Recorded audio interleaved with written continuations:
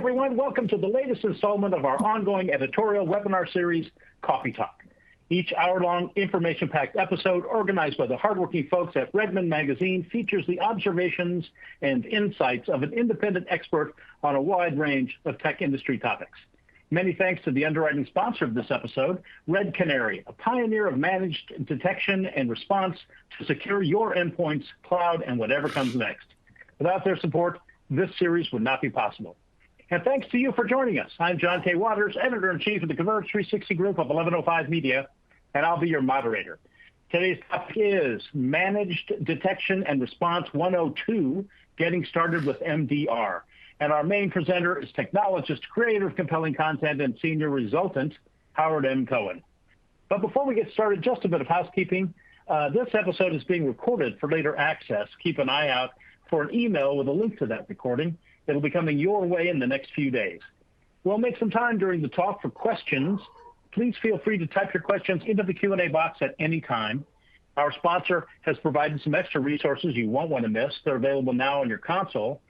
And as a small thank you to the first 200 attendees who stick with us to the end, we will be sending you a $5 gift certificate to Starbucks. It's a cup of joe to go with the info. Now, let's meet our lead speaker. Howard M. Cohen has spent more than 40 years in the IT industry. During that time, he has held senior executive positions in many of the top channel partner organizations, and he currently writes for and about IT and the IT channel. He is a sought-after speaker, an insightful observer of the technology landscape, and one of our favorite presenters. You're in for a great session, folks. Take it away, Howard.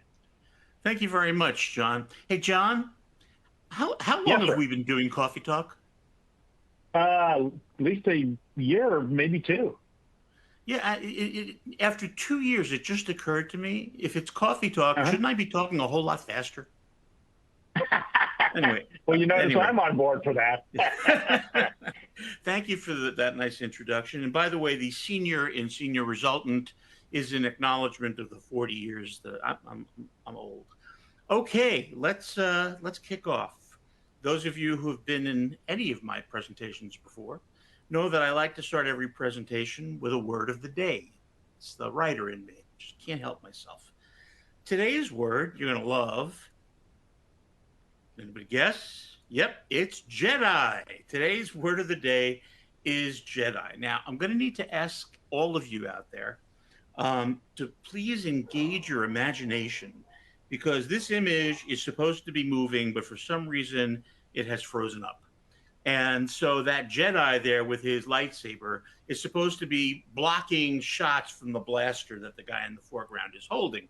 So imagine him swinging that thing around, blocking every shot that's coming out of that blaster. That's what's going on in that shot.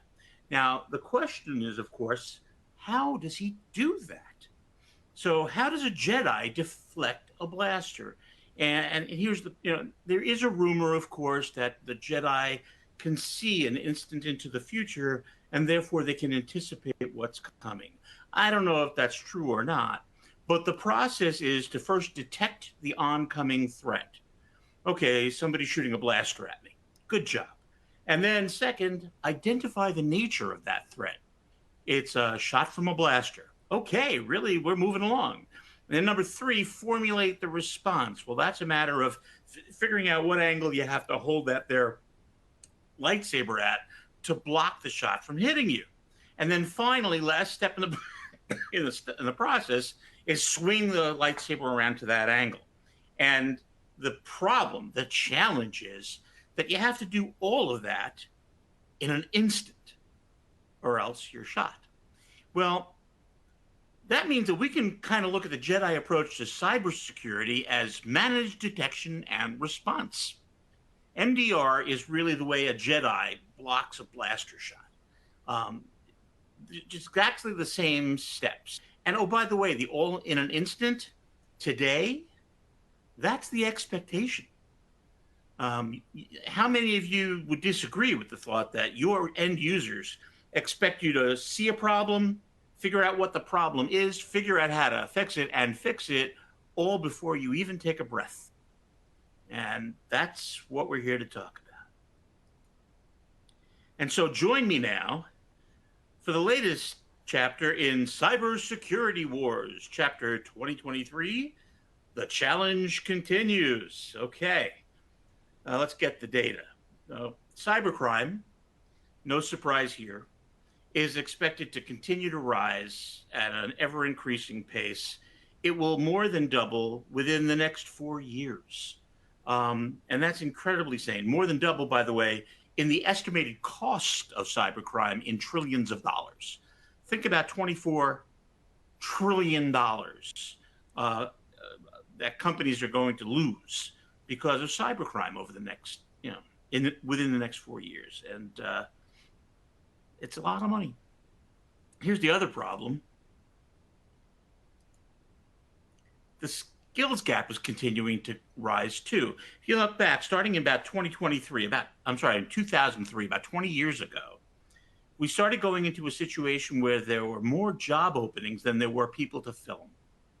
And by about 10 years later, we had something on the order of 3.3 million job openings out there in the world. And now in 2023, that's up to 4. Now think about what I'm talking about here. I'm talking about 4.2 open job requisitions, jobs that are waiting for people to fill them, but they can't find anybody to fill them. And about 25% of those jobs are right here in the US of A. So it's a growing problem that does not abate. It does not stop growing, and it does not stop accelerating. And so the challenge to all of us is really kind of simple.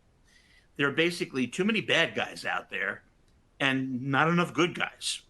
I mean, it really boils down to that. There's more of them than there are of us. They're winning, and that's why the cost of cybercrime continues to skyrocket. But as with any good Star Wars episode, a solution arises, a solution presents itself, and that combines automation with an expert team of Jedi Knights that are there to solve the problem. And we take that combination, automation, and that expert team, and we refer to them as managed detection and response, MDR. So let's as we always do, let's get a definition going for MDR. And the best one that I found, the crispest one that I found, was that managed detection and response is a cloud-delivered managed security service that combines people, process, and technology to provide rapid detection, evaluation, and response 24/7, 365 days a year, always. And that, by the way, is rapid detection, rapid evaluation, and rapid response. Everything happens very quickly. Nobody is taking their time. So I'm going to focus in now on the 3 key words there: process, people, process, and technology. Because as with so many things, that's what it's going to take to achieve really great managed detection and response. And we start, of course, with people. So the first question I'm going to ask you when it comes to people has to do with that team of highly trained cybersecurity experts. If you've ever hired one, you know how obscenely expensive they can be. There's a lot of training involved. It's a big time investment, but people who have made it are incredibly valuable. And when you're online behind 4.2 million other people waiting to get your chance to hire one of them, it's even more expensive. So the question you have to ask is, could your customers, the people you serve, afford that team of highly trained cybersecurity experts if they even could find them? The next question you need to ask yourself is, could you? Could you afford to hire the group of people? Because it's not going to be enough to have just one. If you're serving more than one client, and if they're going to have more than one kind of problem, you need experts in several different disciplines to be able to come together the way the people in this slide do, and work together to figure out what's coming, what's causing it, how do we fix it? And the answer for most of us is no. No individual enterprise I can think of could really afford unless they're going into the business of MDR. That's all they're going to do, and they're going to serve hundreds or thousands of clients. There's just no way to justify that kind of expense in an enterprise that's focused on any other business. And if you're an MSP or a systems integrator or anything in our industry, you're probably not going to do that again unless you want to go and be an MDR yourself. So you really need to partner with somebody who's got that team. And the good news is that when you engage with an MDR partner, it basically gives you access to a team, and usually a very sizable team of skilled experts, skilled in many different disciplines, looking for many different kinds of problems. Some are expert at reviewing logs, others are expert at router control, at switch mechanics, at fundamental Ethernet protocols. I mean, there's a lot of different experts out there that are needed to be part of the team that solves problems like these. You get access to all of that simply by partnering with a good MDR. Now, you may be saying, but I want my customer to see me. I hope you're saying that you want your customer to see you, because let me tell you, a lot of your competitors don't. And you can expect that they won't be around much longer. You want your customers to see you. And so you'll usually get a choice. When they determine what's wrong and what has to be done, they can do it themselves. And if it's remotely possible, you probably want them to do it remotely. But if it requires showing up on site or being in contact with the customer in any way, they can pass those alerts along to you, and you can be the hero, the white knight that comes riding in and saves the day. And so there's lots of flexibility there. You get the choices you need to leverage MDR services the way you really want to promote your business and what you can do for your clients. Fundamentally, you're adding the element of expertise without adding headcount. That headcount can get, any headcount is expensive. It's probably your greatest investment. But that kind of headcount is extremely expensive. And so if you can bypass that and still be able to deliver that kind of expertise, that's a big win for any of us. And so that's what MDR does in terms of people. Now let's take those people, move them up front, and talk about the processes that they engage in. The first one, the most obvious one, is constant data collection. They are constantly collecting data. Now, of course, some of that data, you know exactly what it is. It's logs. Every router throws off tons of log data. The routers along the way across the internet are throwing off tons of traffic data. And so those are ending up in logs that could be reviewed by you or your partner or somebody. They're collecting data from incidents and events that occur so that they can review them for a root cause analysis later. They are monitoring endpoints and collecting the data that comes in from the endpoints to see if there's any anomalistic behavior taking place out there. And when we talk about anomalistic behavior, it's more often than not, we're referring to users, the PEBCACs, as it were. They're collecting data on user behavior, people doing things that, on an ordinary basis, they wouldn't be doing. And so there's a lot of data being collected. But in addition to that, they're collecting other data from other expert sources, from partners in the industry, from published resources in the industry. And they can use that for comparison and contrasting to see if anybody else is seeing what they see and what they determined that was. They take all of this, and armed with all this data aggregated together, they go out and, I come from the Bronx, and the first thing I was taught was you go out there and you look for trouble. And that's exactly what these people are doing. They're threat hunting. They're out there looking for trouble. And more often than not, unfortunately, they find plenty of it. Unfortunately, they find it before it can hurt you. And that's their job. Find it before it hurts you and prevent it from hurting you. And so they're proactively seeking out potential and emerging threats before they become anomalies and before they become outages that impact your business or your customer's business. They're basically making use of threat intelligence to load their guns when they go out threat hunting. And again, as we said before, that data is collected from many sources, and many of them are standard published sources that are also very expensive. But they subscribe to them and receive them constantly so that they're aware of known threats and known emerging exploits that are hitting the field and coming out into the wild all the time. They're also getting identification of specific bad actors who are in the midst of enormous campaigns. So they're very well prepared to go out threat hunting. When they find something, they quickly identify it, and then they analyze that incident. They figure out what's wrong, what is happening, and what can we do about it. That analysis turns into the determination of course of action. And then once they take that analysis, they fix it. And again, we talked about it earlier, it's in a heartbeat. You want them to see it, figure it out, come up with the answer, and fix it in the blink of an eye.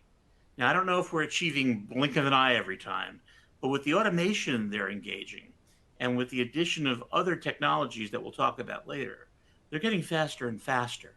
And we may get to the point where nipping it in the bud gets completely redefined in some wonderful ways.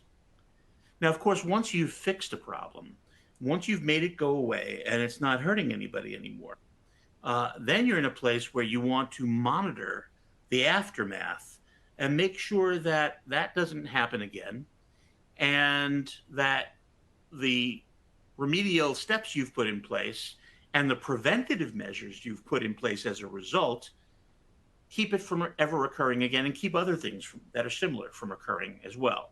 You're trying to stop every exploit you can, and you're constantly watching to see if you're being successful. And really, watching to see that you're being successful is fundamentally the only way that you can possibly ever achieve that level of success. Basically, and you know this, right? Security requires constant vigilance. This is not something you can put on automatic pilot. This is not set it and forget it. This is constant vigilance, and that's where the problem lies. That's why most managed service providers don't have the resources to do it themselves. Certainly most customers, other than maybe the Fortune 100, maybe the Fortune 500, none of them can afford or justify the expense of the resources required to be that vigilant. But just like cloud allows customers to share resources, like you can have dozens of customers on one cloud server, right? Well, you can have dozens of customers sharing the use of an MDR's expert team. And each one is paying a part of it, but in aggregate, you and the MDR are making a good living, and the customers are getting a great service. And that's the value equation here. Okay, so that's the reason why you really want to turn to MDR. Finally, we get around to the technology. Now, none of what I'm going to say to you in the next few minutes is going to come to you as much of a surprise. A lot of these things are things that you see all the time. What I want to emphasize here is that proper MDR requires monitoring and management of all of this. And the most fundamental security tool anyone can think of course, is a firewall. We now have virtual firewalls, firewall as a service. And so between premises, virtual, as a service, MDR has to be prepared to monitor the activity of all of that. And again, multiple disciplines, multiple skill sets. You need people as well as tools to go and do that. Along with that, they're monitoring and managing virtual private networks, those tunneled connections between your various points of presence. It may be your East Coast office, the internet, your West Coast office, your Southwestern office, your Northern office. I mean, it can be any combination, but you want them connected securely either through the internet or through leased lines, and you want those connections to be impenetrable. Your MDR is monitoring to make sure that that continues to happen. Again, another fundamental feature of security is simply malware and all of the different incarnations of malware, viruses, worms, trojans, you name it. That's part of securing an environment, making sure that those things don't attack your resources. I have never personally understood the value of an intrusion detection system unless you're going to join it up with an intrusion prevention system. So why don't you just call it IPS? And I think a lot of people do that, by the way. And I think that MDR basically is the best expression of that, the best manifestation of that, in that MDR was born of the idea that you can't have detection without prevention and response. So, and you can't call it an IRS because people would have a bad idea about that. So IPS is out there, and MDR is certainly protecting those as well. Another layer of protection is the first one, which is authentication. Somebody wants to log into your network from an endpoint.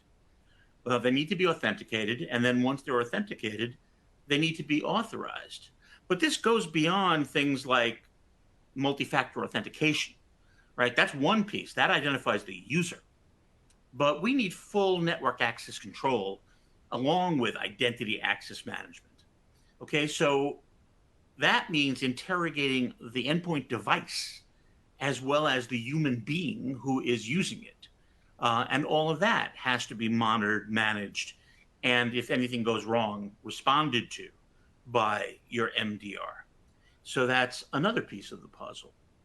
I mentioned earlier that MDR, as well as other security environments, are applying new technologies. And of course, the one big category of new technologies that we're all applying to literally everything. I'm seeing literally everything come up with their own private co-pilot. And that is, of course, artificial intelligence, generative AI, machine learning, so forth. In this particular case, you can look at it as an application of AI to operations, AI ops. Many MDRs, many different security providers are adding artificial intelligence to do a better job of detecting subtle problems as they're occurring, of reasoning out if this is happening and that's happening, that could mean that this is happening. And so there's a more of a subtlety involved there. So there is that. And then finally, what I personally consider to be the ultimate line of defense is encryption. I say that because if somebody gets through everything else and they get to your data, if the data is encrypted and they don't have the key, they've really gained nothing. They've gained gobbledygook, jumbled data that does not help them in any way, shape, or form. Well, that means, of course, that you are observing the rule that tells us that we have to encrypt our data when it's at rest in storage, as well as when it's in transit, transporting across the network. And it always has to be encrypted. And then that's another layer. What you're looking at is a bit of a mess, but what you're looking at fundamentally, if you think about it, is multi-layer security, right? And there's no difference if it's handled by you or if it's handled by an outsourced resource like an MDR. Effective security is multi-layered security because security happens at every layer of the ISO OSI model. And that's exactly what MDRs take responsibility for, every layer. And the good news is they have all the resources. And to some extent, at least for the customer, they turn security into something that can be thought of as set it and forget it. It'll be taken care of by somebody other than me. And so with that, one other thing, another big advantage that the MDR has is the way in which they can apply and distribute funds.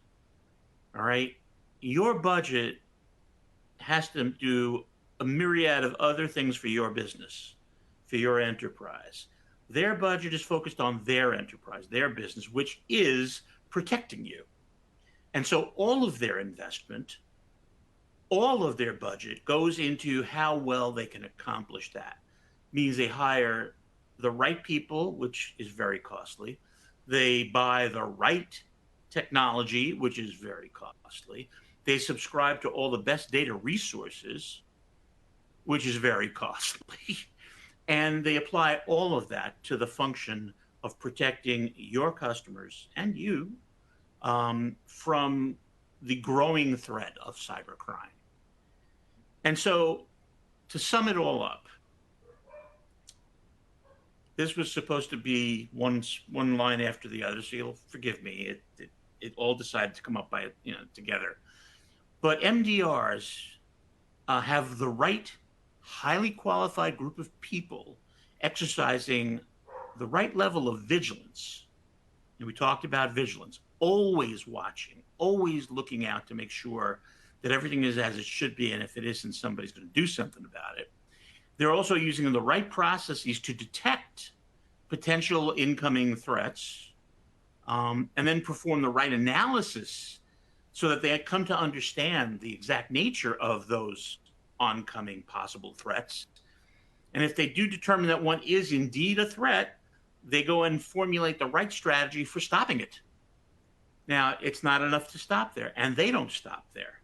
They take the right action to stop that threat right there, but also to eradicate what caused the threat, and then do all of that in the right period of time, which is basically instantly. This will restore top security, which is what every customer wants. And then they take the right actions to perform root cause analysis and look at why did this happen in the first place?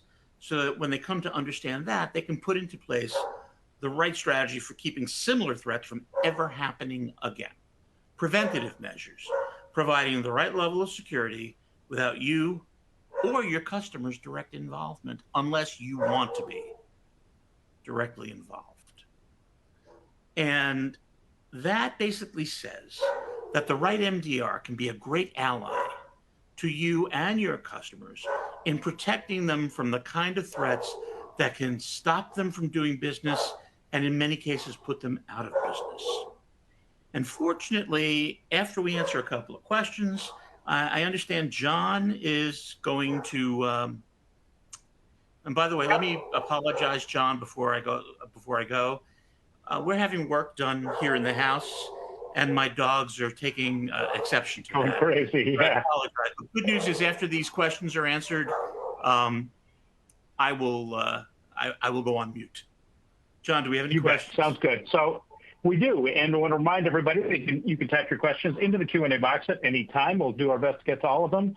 Let's start with this one from Mal, who's wondering, will the right MDR be willing to involve our technical people in their solutions? To my knowledge, yes. You're their customer. And any good MDR is also a good business. And good businesses always know that the customer is always right. But I think the only limitation on that would be that they'll always be making sure that effective action is taken. You can expect them, if they're having your people involved, that they'll be following your people up mercilessly.